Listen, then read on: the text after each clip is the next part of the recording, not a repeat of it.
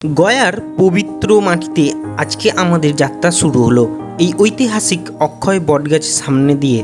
তারপর ধীরে ধীরে পৌঁছে গেলাম রহস্যে ঘেরা সাবিত্রী পাহাড়ে। পাহাড়ের উপরে প্রথমে দর্শন করলাম মা সাবিত্রীর মন্দির। এরপর শুরু হলো এক কঠিন পথ চলা, একটি বুদ্ধ মন্দিরের দিকে যাওয়ার রাস্তা, যার রাস্তার অবস্থা খুবই একটি ভালো নয়। তবুও সেই পথ পেরিয়ে পৌঁছে গেলাম শান্তিতে ভরা সেই বুদ্ধ মন্দিরে।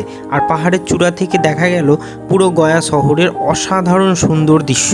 চলুন আজকে এই আধ্যাত্মিক ও রোমাঞ্চকর ঘেরা ভ্রমণে আপনাদেরকে সঙ্গে নিয়ে যাই। হ্যালো বন্ধুরা, আমি গৌরাঙ্গ আপনাদের সঙ্গে, আর আপনারা দেখছেন রক্তে রক্তে অ্যাডভেঞ্চার চ্যানেলে। আজকে গয়ার সেকেন্ড পর্বতে আপনাদের জানাই স্বাগত।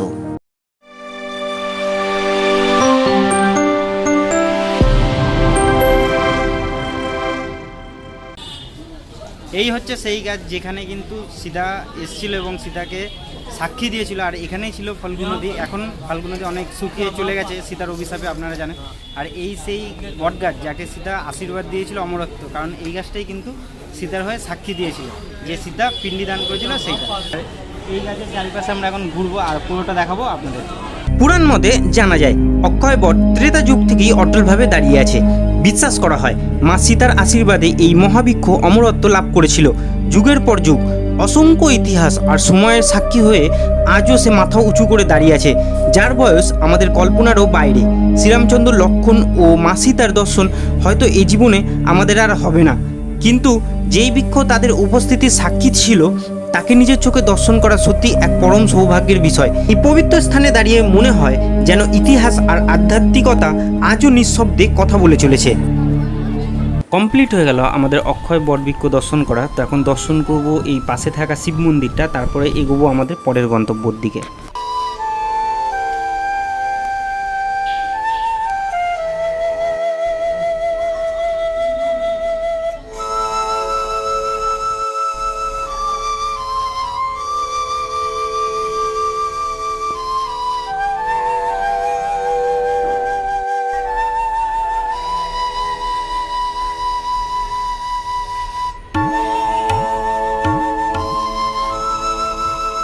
এবার বেরিয়ে পড়লাম আমাদের দ্বিতীয় গন্তব্যস্থল সাবিত্রী পাহাড়।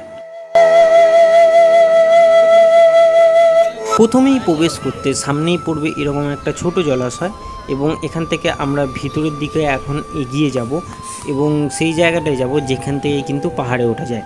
দেখো এই জায়গাটারই কথা বলছিলাম, এখান থেকে কিন্তু প্রায় 450টা সিঁড়ি ওঠানামা করতে হবে আমাদেরকে। বিহারের গয়ার বুকে অবস্থিত রহস্যময় ও পবিত্র সাবিত্রী পাহাড়, যার সঙ্গে জড়িয়ে আছে হাজার হাজার বছরের পুরাণ কথা।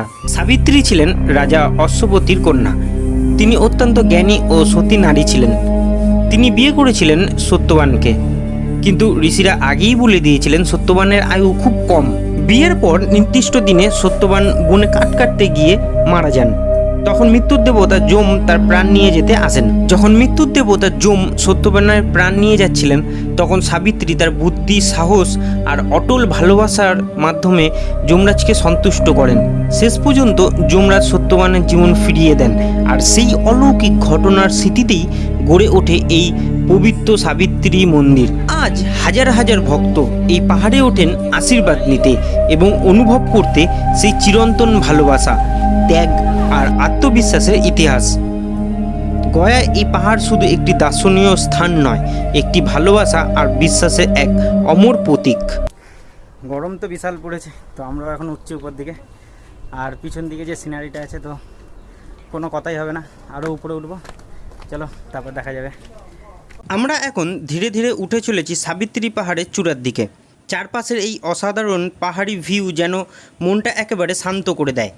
আর ঠিক পাশে দেখা যাচ্ছে একটি সুন্দর বুদ্ধ মন্দির, যেখানে আমরা ফেরার পথে অবশ্যই ঢুকবো। তবে আপাতত চলুন প্রথমে পৌঁছে যাই পাহাড়ের একদম উপরে থাকা সেই পবিত্র সাবিত্রী মন্দির। দেখো আমরা শহরের কত উপরে রয়েছে, আর এখান থেকে শহরটা কিরকম দেখা যাচ্ছে। দেখো ওই যে দূরে ফাল্গু নদী চড়াটা দেখো, পুরো একদম হলুদ হয়ে রয়েছে। ওটা ফাল্গু নদী, ওটা শুকিয়ে গেছে, আর তাও এখন কিছুটা জল আছে। আর আমরা এখনও উঠছি উপরে, পিছনের ভিউতে দেখলে, আর যাবো আরও উপরে। চলো দেখা যাক এরপরে আরও কী অপেক্ষা করছে আমাদের জন্য। তবে এখন আমি আপনাদের কিছু টিপস বলবো। এই পাহাড়ে ওঠা সম্পর্কে। এই পাহাড়ে উঠতে গেলে সঙ্গে করে কিন্তু অবশ্যই একটি জলের বোতল রাখবেন এবং একটি টুপি রাখবেন, কারণ এখানে শীত হোক বা গরম পাহাড়ে ওঠার সময় কিন্তু প্রচণ্ড পরিমাণে রোদ্দুর লাগে, আর তার সঙ্গে কিন্তু গলা ভীষণ পরিমাণে শুকিয়ে যায়, যার জন্য কিন্তু জলটা অবশ্যই দরকার। কিছু কিছু সময় আপনি জল পেয়ে যাবেন পাহাড়ের সিঁড়িতে, কিন্তু কিছু কিছু সময় সেখানে থাকে না। যদি না থাকে সেই সময় কিন্তু আপনার পক্ষে ওই পাহাড় চড়াটা খুব কঠিন হয়ে পড়বে। চারিদিকে সুন্দর প্রকৃতির দৃশ্য দেখতে দেখতে আর আপনাদের সঙ্গে গল্প করতে করতে অবশেষে পৌঁছে গেলাম মন্দির চত্বরে। এখানে এসে দেখা মিলবে নানান রকম ছোট ছোট দোকানে, যেখানে প্রসাদ সামগ্রী থেকে শুরু করে স্মৃতিচিহ্ন সব কিছু পাওয়া যাবে। এরপর ধীরে ধীরে এগিয়ে যাচ্ছি মন্দিরের মূল প্রবেশদ্বারের দিকে। আর একটা গুরুত্বপূর্ণ কথা, মন্দিরের ভিতরে ভিডিও এবং ফটো তোলা সম্পূর্ণ নিষিদ্ধ, তাই সেই নিয়ম মেনে অবশ্যই চলবেন। মন্দিরের ভিতরে কিছুটা অংশ আমি তুলে ধরলাম আপনাদের সামনে, এবং চলুন মন্দিরের পিছনের থেকে শহরটা কীরকম দেখতে লাগছে সেটাই দেখাবো এখন আপনাদের।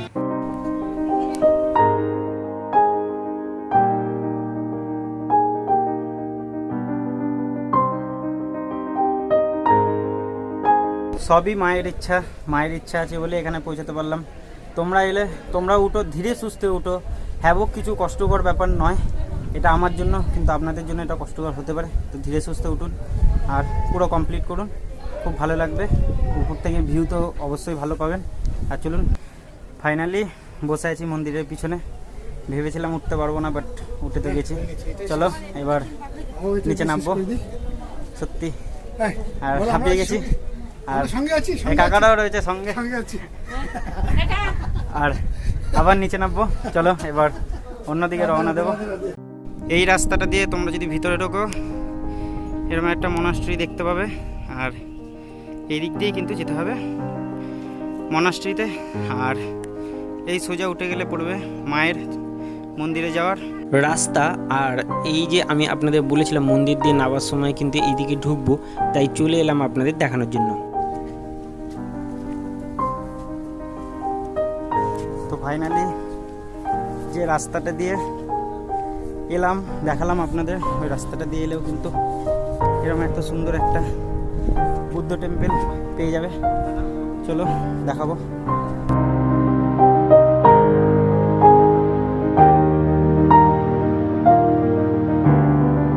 আর ফাইনালি আমি কিন্তু উপর থেকে ঘুরে আবার নিচে নামতে শুরু করে দিয়েছি। তো এই মন্দিরটা তোমরা দেখলে, আর এটা যেরকম দেখিয়েছি তোমরা সেই দিক দিয়ে যদি ঢোকো, আর সত্যিই খুব সুন্দর অসাধারণ ভিউ পাওয়া যায় এই জায়গা দিয়ে। হ্যাঁ, আর মন্দির তো দেখালাম, ভগবানের কৃপা থাকলে কিন্তু সবই সম্ভব, আর নিজের প্রচেষ্টা। যখন প্রথমে আমাকে বলা হয়েছিল যে এখান থেকে আরও অনেকটা দূর, ঠিক আছে, তখন কিন্তু আমি ভেঙে পড়েছিলাম প্রথমে যে এত কম টাইমে অটোওয়ালাদের সঙ্গে এসছি, ঠিক আছে, ওটা সম্ভব হবে না, বেরিয়ে যাব। তো এই ভেবে যখন আমি উঠছিলাম, নেমে যাব বলে পুরো ফাইনালি আমি ডিসিশান নিয়ে নিয়েছিলাম, কিন্তু হঠাৎই একজন বললো বেশি দূর আর নেই ভাই, তুমি যাও, যেইটুকুনি উঠেছ সেইটুকুনি আরেকটু যদি সেম ওটো পেয়ে যাবে মন্দির। তো তখন এটা শুনে আমার মধ্যে আবার ফুর্তি এলো, হয়তো এটা মায়েরই ইচ্ছা, এই বুদ্ধদেব বাবারই ইচ্ছা। তো সেই হিসেবেই আমি আরও স্পিডে হাঁটতে শুরু করলাম। তো বেশিক্ষণ আমার টাইম লাগেনি, আমি টাইম দেখিনি বলতে পারবো না, তোমরা চেষ্টা করো, অবশ্যই কিন্তু তাড়াতাড়ি উঠতে পারবে। আর হাতে টাইম নিয়ে এসো, তাড়াহুড়ো করবে না, তাহলে কিন্তু ওকে ধরপড়ানি খুব তাড়াতাড়ি উঠে যেতে পারে, ধরপড় করবে, যেটা আমি প্রথমে রানিংয়ে উঠতে গিয়ে হয়েছিল। তো চলো দেখা হবে অন্য ভিডিওতে। আর ভিডিওটি ভালো লেগে থাকলে অবশ্যই একটা লাইক, কমেন্ট এবং শেয়ার করবেন। আর যারা নতুন চ্যানেলে এসছো এরকম নতুন নতুন অ্যাডভেঞ্চারাস ভিডিও দেখতে, তারা অবশ্যই চ্যানেলটি সাবস্ক্রাইব করে নিও। চলো দেখা হবে পরের ভিডিওতে, ততদিন ভালো থেকো, বাই বাই।